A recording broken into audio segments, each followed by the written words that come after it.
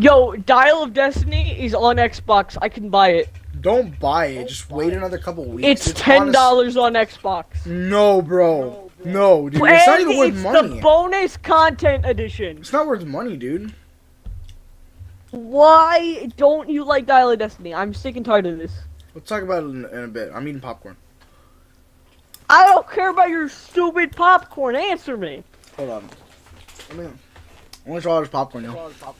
Yo, Jurassic World Dominion is $3 on Xbox. Don't. $4. No, it's not even worth money. It's not even worth your time. That movie was even worse. Nah, you should get paid to watch this. Yes, dude, you should be paid to watch it. That's how bad it was.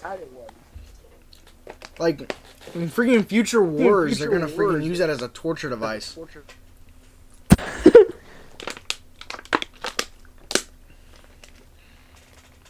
Why does the CGI for the dinosaurs look so bad?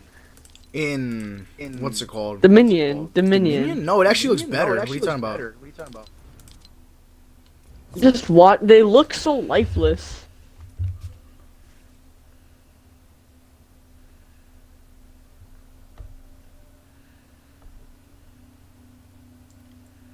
It looks just fake. I don't know how to. Which is ironic because they used freaking puppets this time. Oh. I don't know. That's the one thing I liked about the movie was that they used puppets and CGI like the first three movies. What's going on, Joel? Joel, the Chiefs are mid.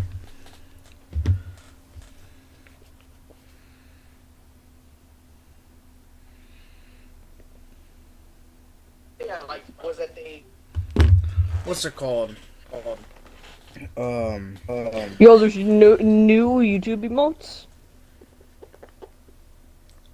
Let me tell you why Dial of Destiny is bad. Dial of Destiny. New YouTube emotes. Dial of Destiny. You know what a Mary Sue is? Yes, sorta. Okay, you know Rey Skywalker Rey Palpatine Skywalker from freaking Star Wars? Yes.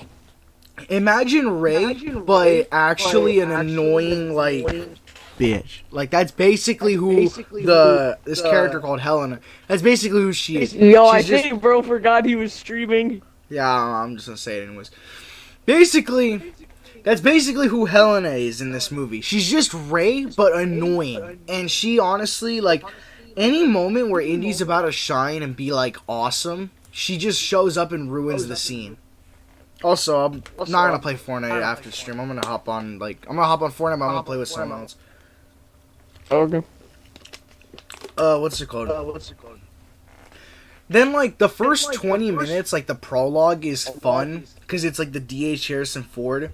But honestly, it kind of lacks logic. There's a lot of stuff that happens in that prologue that doesn't make any sense. It's fun. It's really, really fun, like all the indie prologues. But after that, you're just like left with a okay, not too good movie. Like the rest of the movie, dude. And that's another thing too. Indy's like an old man in this one, but he doesn't act like the Indy that he should be. Instead of being a storyteller, instead of being the old Indiana Jones, he's just old Harrison Ford. And old Harrison Ford is this guy who's fed up with everybody. And honestly, it's not fun to watch. No, that's fine, Joel. That's fine. I'm gonna pop on. I'm gonna play Fortnite. I'm gonna play with someone else in a bit. I mean, after all the hell India's been through, getting the Ark of the Covenant, going on countless adventures, literally being betrayed, like, multiple times, like, I would think he would act like that. Yes, but I don't expect him to act exactly like this. And a problem with it is the writing. Because the writing in the movie constantly pits characters against Indy, even supporting characters. Like, let's just say, right, in another indie film, Indy would be able to shine. Indy would be able to do the things Indy would do, and he'd be able to be awesome doing them. In this movie, Helena takes up a lot of screen time, Helena could have been a good character, but they botched her character up badly by making her unbearably annoying, and there's no redemption for her. There was an easy way they could have given her redemption, but she's just annoying with no payoff.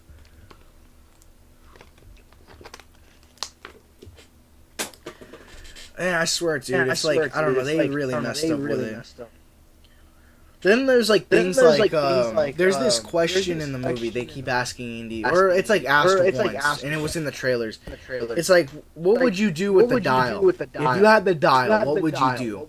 And Indy says that he would do one thing with the dial. Only one thing he would do with the dial. But the idea of what would Indy do with a dial that can change the course of history is completely an afterthought. They never explore it. They never do anything with it. Honestly, there's so many times where it's just like, were you going to do something with that? Because they don't. Indy doesn't lose an eye either, dude. Like, I wanted Indy to lose an eye so badly. Yeah, good luck with that, Joel.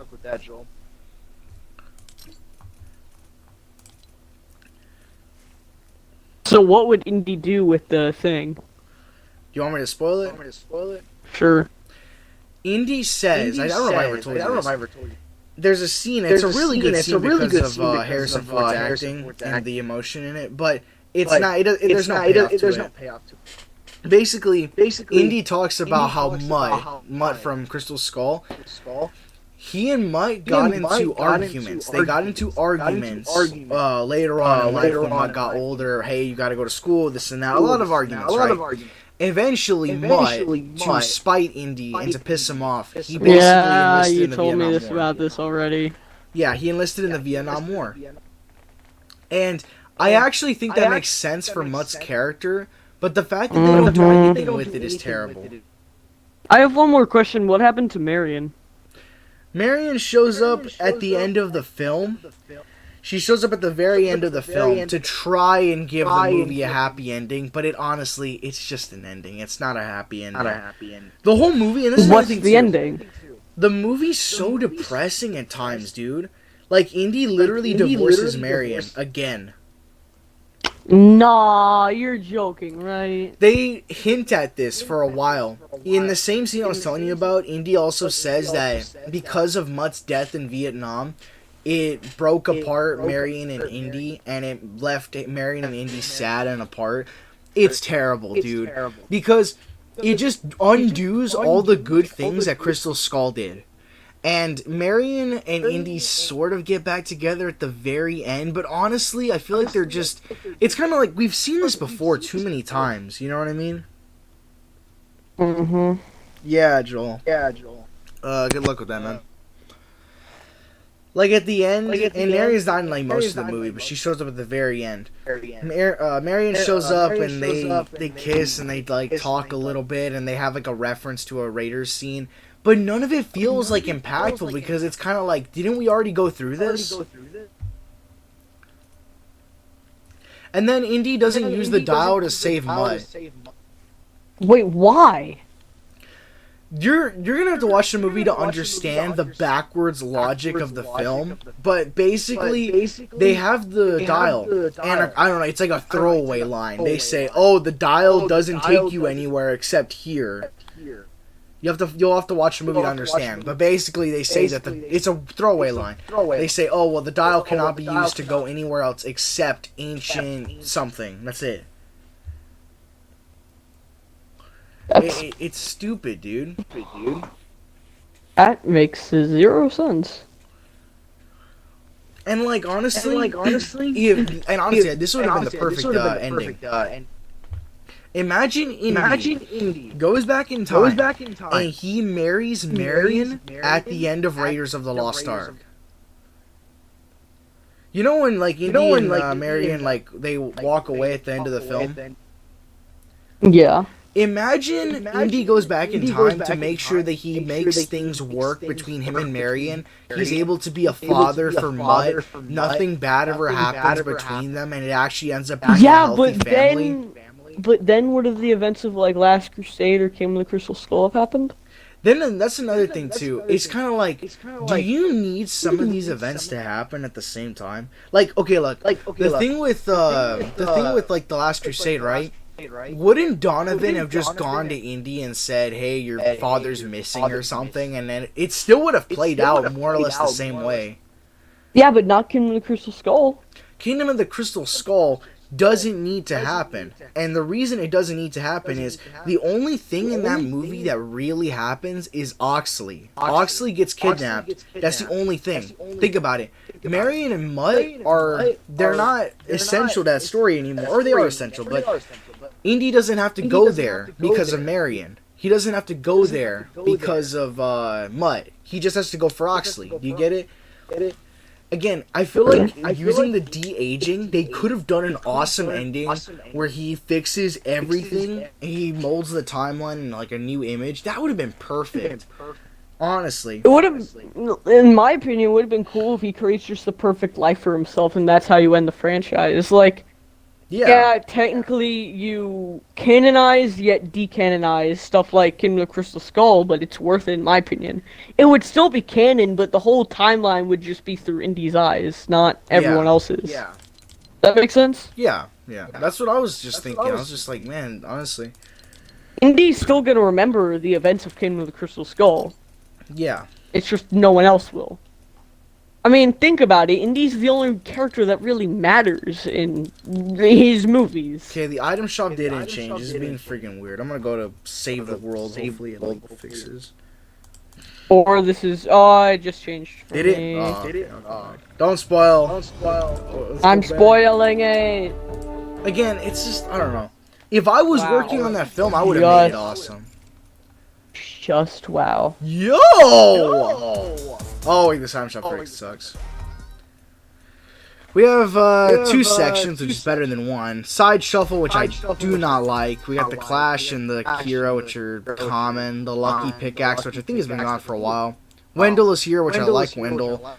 Best Friends Bundle is decent. Triggerfish is okay. I don't like the Drosera skin.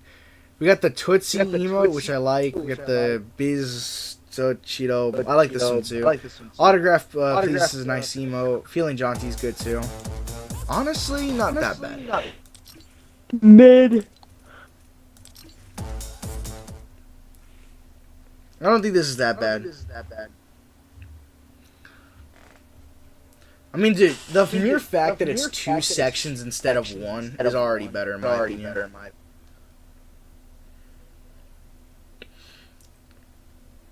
Oh yeah, another thing too. The movie doesn't lean into like Indy as an old person. The movie tries to treat Indy like he's still young, while also treating him like he's old, and it doesn't work. Like, I don't know. In my opinion, I feel like there's a certain way that an old Indiana Jones story could work. I don't feel like the movie does it well. Like, remember, like, in Kingdom of the Crystal Skull where he says, like, oh, it's not as easy as it used to be, and he'll do, like, the iconic swing, and he kinda lands, but he also doesn't. Yeah, sure. Like, stuff like that is cool, because it's like, yeah, he's getting old, but he's still Indy. In this one, he's kind of pathetic, and honestly, like, they don't have to make Indy swinging across gorges and stuff like that with the whip or stuff. But I'm just expecting Indy to do what Indy would do.